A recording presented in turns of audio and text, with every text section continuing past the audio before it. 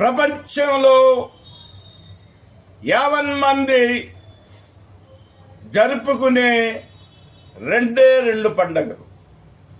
పోయిన బుధవారం నాడు క్రిస్మస్ పండుగని ప్రపంచవ్యాప్తంగా క్రైస్తవులే కాకుండా క్రైస్తవేతరులు కూడా సంతోషంగా గడుపుకున్నారు. అదేవిధంగా కరెక్ట్గా మీరు ఏ బుధవారం అయితే వస్తుందో అదే బుధవారం నాడు మళ్ళా న్యూ ఇయర్ వస్తుంది. కాబట్టి రేపు మనందరికి కూడా new year, happy new year 2025.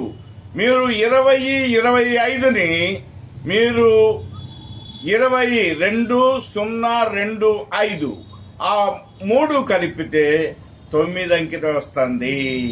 ఇది మంచి సంవత్సరం కాబట్టి